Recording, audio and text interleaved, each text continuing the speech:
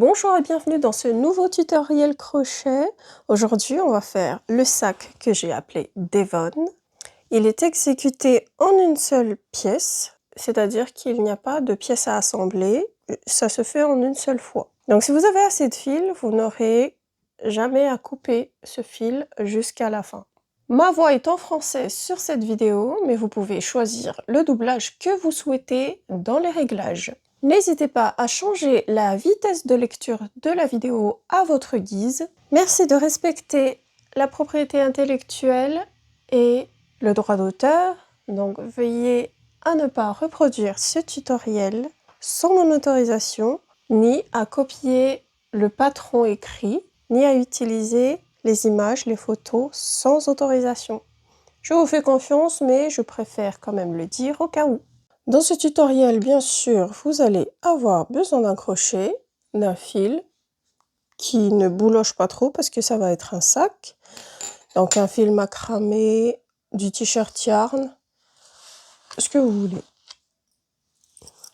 Et des marqueurs de mailles éventuellement, surtout si vous n'arrivez pas à distinguer les points. Donc je suggère toujours d'utiliser des marqueurs de mailles. On va commencer par un nœud coulant. Alors on va laisser un fil assez long pour pouvoir faire 5 mailles en l'air doublées. À peu près 30 cm, ça devrait suffire. Le bout est de ce côté, il est en bas. On va poser le crochet sur le fil, on enroule vers le bas. Ensuite, on va saisir l'intersection ici pour que ça bouge pas trop. Jeter et on tire le fil à travers la boucle. Et on tire. On a notre nœud coulant. Donc pour faire des mailles en l'air doublées, on prend le bout qui est vers le bas, qui se termine ici. On le roule par devant pour aller derrière. Et après, on fait passer le fil à travers ces deux boucles. Donc ça fait une, on va en faire 5, 2, 3, 4 et 5. Donc j'ai prévu trop large, mais c'est pas grave. Ensuite, là on va commencer à travailler. Donc pour commencer, je fais une maille en l'air. Et on va commencer à travailler dans la deuxième maille à partir du crochet. Tout simplement, on va travailler dans ces mailles qui sont de ce côté. Alors on va faire 3 mailles coulées sur bras arrière. Donc on commence ici. 1, 2 et 3. Dans la maille suivante, on va faire une augmentation avec 2 mailles serrées, toujours sur bras arrière. 1 et 2. Et on va marquer la première maille serrée. Donc celle qui est plus proche de la bordure en maille coulée qui est à droite. Ensuite, on va faire une augmentation avec 3 mailles serrées dans la prochaine maille. Donc je vais piquer directement au milieu comme ça. Comme on va faire le tour et repasser de l'autre côté de la fondation. Donc 1, 2, 3. Ça fait 3 mailles serrées dans la même maille et on va venir marquer la maille qui est tout au centre, c'est-à-dire celle-ci.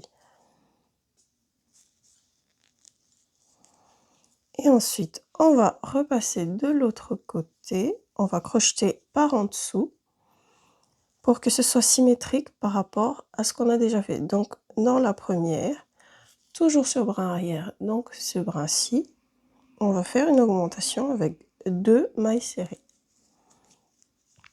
Donc 1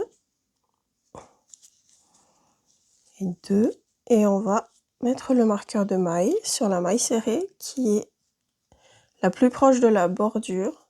Donc, bordure ici est à gauche vu qu'on a tourné. Donc, je marque la deuxième maille serrée. Et ensuite, 3 mailles coulées sur brin arrière en symétrique. 1,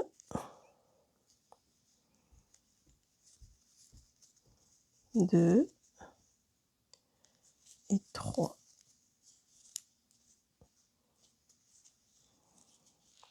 Donc là, on est symétrique. Du côté de la bordure, on a 3 mailles coulées. Ensuite, des deux côtés, on a une augmentation avec 2 mailles serrées. Et au centre, ici, on a une augmentation avec 3 mailles serrées. Ça, c'est le premier rang. On va faire le deuxième rang. Le système va être pareil. On commence avec une maille en l'air. Pour commencer le rang, on retourne. Et on commence toujours à travailler dans la deuxième maille. Parce que la maille en l'air que je viens de faire ne compte pas comme maille, c'est juste pour monter. Donc 3 mailles coulées sur brin arrière. Et ça ne va pas changer, ça va être tout le temps comme ça, le début et fin de rang. Pour chaque rang du travail. Donc 3 mailles coulées. Ensuite, dans la maille marquée, on va faire l'augmentation avec 2 mailles serrées dans la même maille. 1, 2. Et je remets le marqueur dans la première maille serrée, c'est-à-dire celle qui est la plus proche de la bordure, toujours. Ensuite, on fait une maille serrée dans chaque maille jusqu'au marqueur central. Et dans le marqueur central, on fait 3 mailles serrées dans la même maille, toujours sur brin arrière.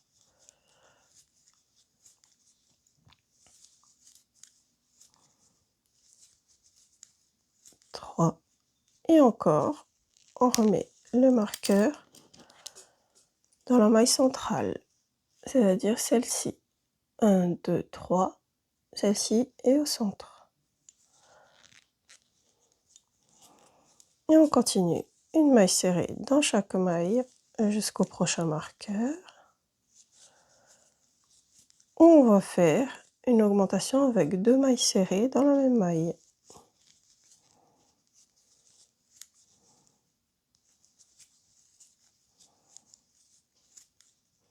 Et on remet le marqueur dans la maille la plus proche de la bordure, donc c'est la deuxième.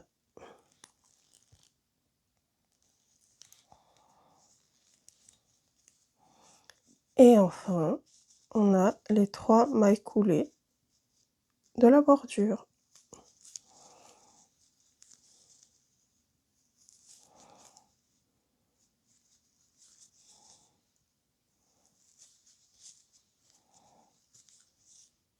Et voilà.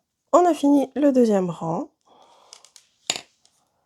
Pour la troisième et toutes celles qui vont venir, ça va toujours être la même chose.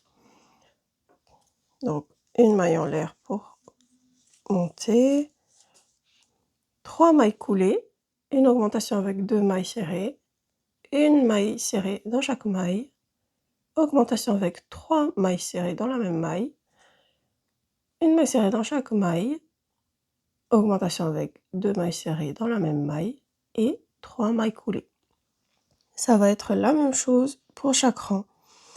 Et on va faire la lanière au 12e rang. Donc, je vous laisse faire 11 rangs.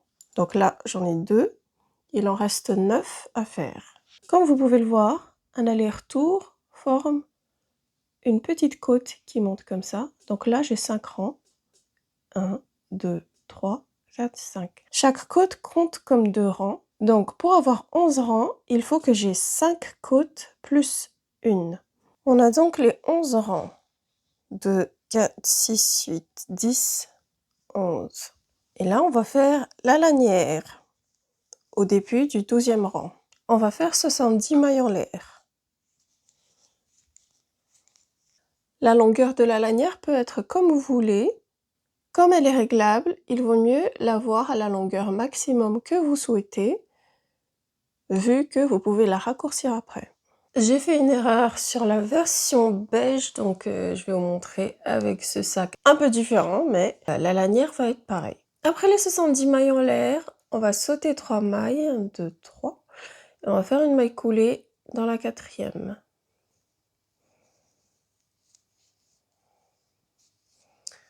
Ensuite, on fait 3 mailles en l'air,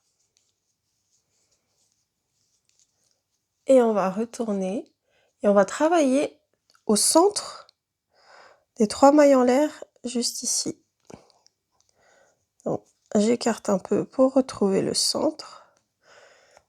Et là. Et à l'intérieur, on va faire plusieurs brides. Vous pouvez faire autant que vous voulez. Moi, je vais déjà en faire 5 et je verrai si je vais en rajouter. Le but étant que ça fasse un frein pour que ça bloque, au fait.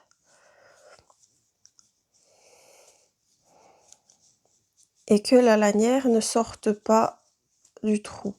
J'en ai fait combien? Là, j'en ai fait 5. On peut en faire plus ou plus, ou pas. Donc, je vais peut-être en rajouter 2, 6 et 7. Et quand on est satisfait, on fait 2 mailles en l'air et une maille coulée encore dans le même centre.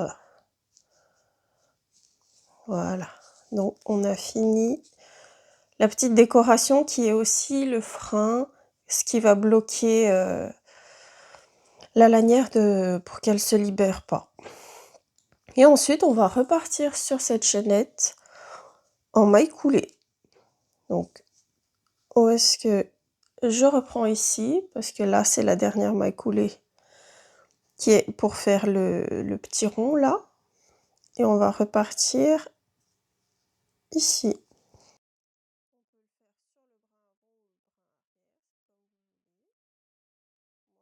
Je reste sur brin arrière comme pour tout le travail. Et on repart sur toute la chaînette. On a fini la lanière et on va continuer. Donc là, j'ai toujours les 3 mailles coulées du début.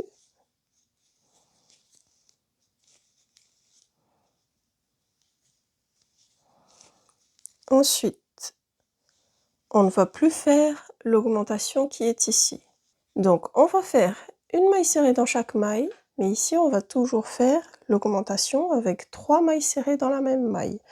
Je n'ai plus utilisé mon marqueur de maille, mais vous continuez si besoin. Donc ici, on n'a plus besoin de marqueur de maille de toute façon, parce qu'il n'y aura plus d'augmentation. Donc on continue directement, sans augmentation. Pareil ici, on ne va plus faire l'augmentation. Donc on va juste laisser les 3 mailles de la fin du rang, parce qu'on va aussi emprisonner notre lanière. Là, je suis arrivée à la fin du 12e rang. Et comme on a dit, on laisse les 3 dernières mailles. La première maille coulée va être remplacée par une maille en l'air. Donc, je fais une maille en l'air et je vais poser le bout comme ça. Donc, la boule est vers l'arrière et la lanière passe par devant. Et on va continuer à faire les 2 mailles coulées qui restent en veillant à ce que cette lanière reste emprisonnée. Donc, ça c'est la maille qu'on saute. Et là, je vais faire la maille coulée, l'avant-dernière maille coulée, et ensuite la toute dernière. De cette façon, on a notre lanière qui est là. mais qui peut aussi bouger. Et avec cette boule, au fait, normalement, ça ne devrait pas passer à travers le trou. Et on va continuer sur le 13e rang. Toujours pareil, maille en l'air, on retourne. Et comme on a dit, on ne fait plus les deux augmentations qui sont proches du rebord. On va continuer avec une maille serrée dans chaque maille et on ne fait plus que cette augmentation-ci. Donc, 1, 2, 3 mailles coulées et puis une maille serrée dans chaque maille.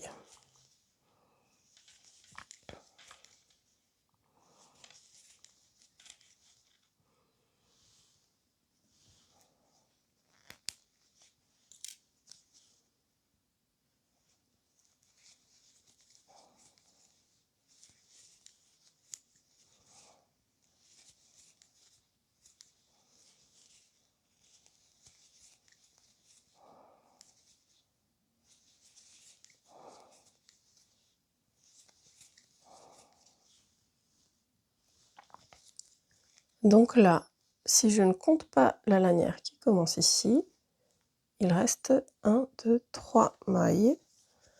Et on va faire les 3 mailles coulées.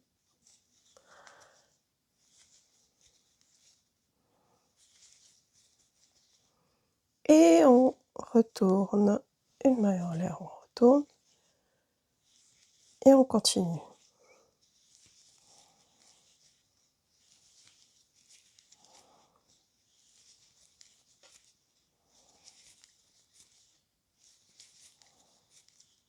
Le travail comporte 27 rangs au total, incluant le rang de connexion, là où on va fermer le sac.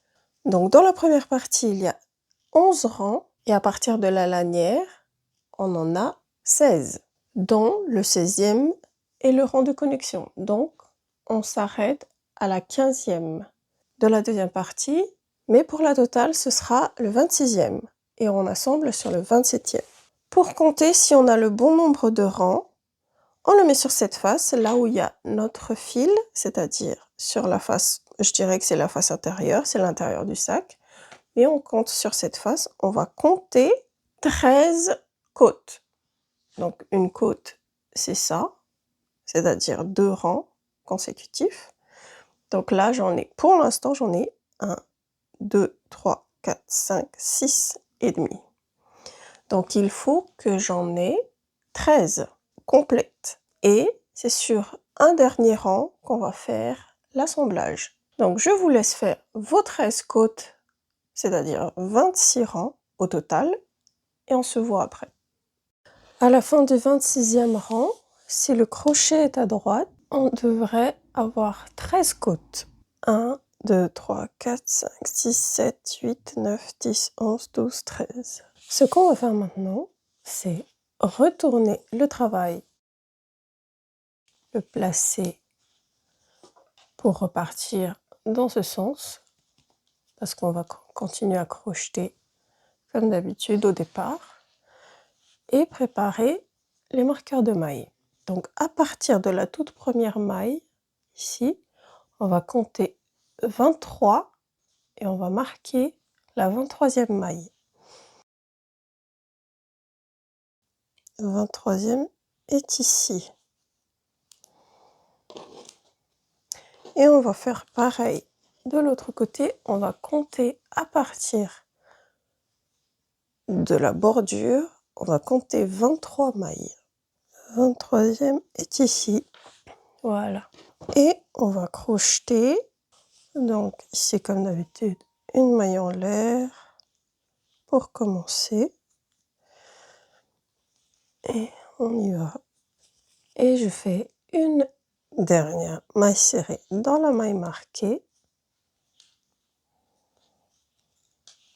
Et on va fermer cette partie comme ceci. Donc toutes les mailles serrées qu'on va faire sur ce côté-là, on va les assembler avec la première partie du rang. Pour ce faire, on va insérer le crochet par l'arrière, par ici. On va sauter la toute dernière et on insère le crochet dans l'avant-dernière. Ensuite, on va faire la maille serrée dans la maille suivante, comme d'habitude. Donc, on insère, on tire une boucle, jeter et on écoule toutes les boucles sur le crochet. Et on continue dans la maille suivante, ici, et puis on fait la maille serrée dans la maille suivante. Donc, on recule sur la première partie du rang et on avance sur la suite.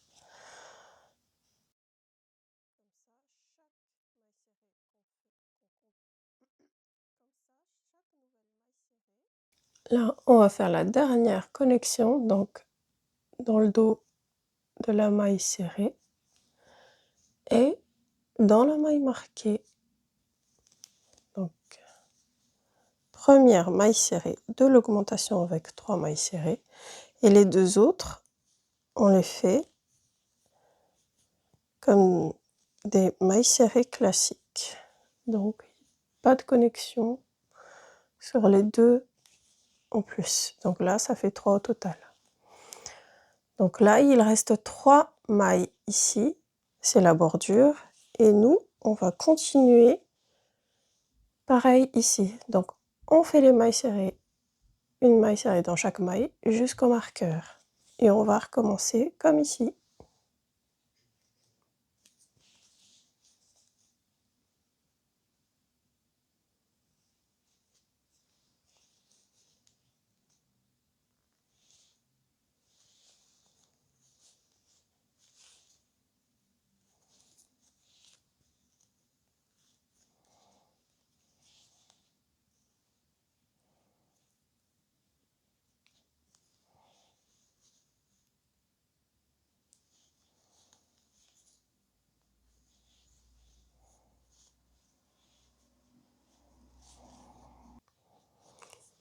Dernière maille serrée.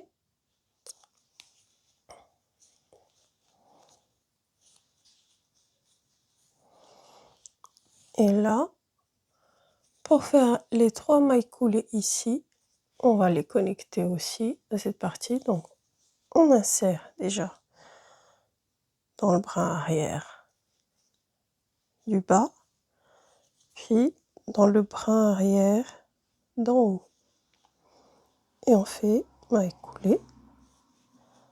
Pareil, brin arrière, brin arrière.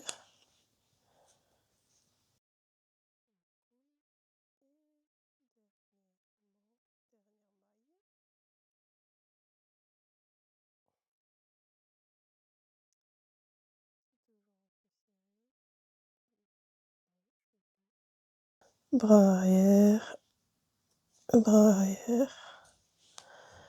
Et voilà. Et je fais une dernière maille en l'air pour finir. Et voilà.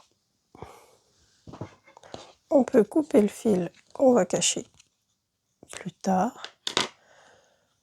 On tire et on serre.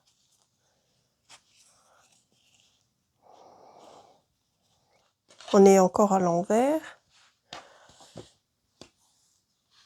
Et on va retourner le travail. Ça, c'est la touche finale. Peut-être mieux vaut le faire après avoir caché les fils. Mais on peut toujours encore le retourner tout à l'heure. Et voilà, on a fini. On peut enlever les marqueurs de mailles.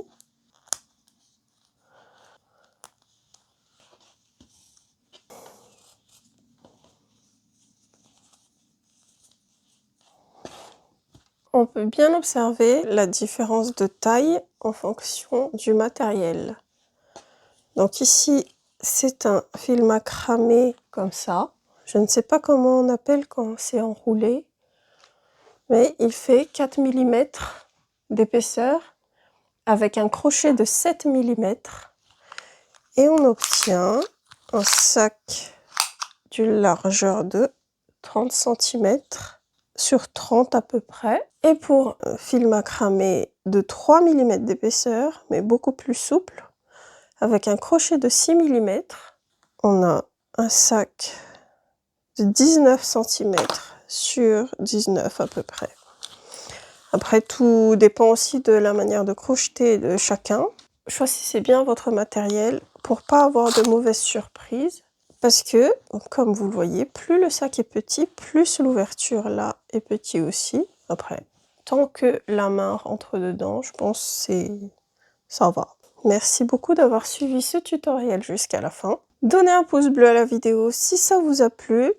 Et n'hésitez pas à commenter si vous avez des questions ou si vous voulez faire des remarques ou juste pour dire bonjour. Le patron est disponible en description. N'hésitez pas à me suivre sur mes réseaux sociaux aussi.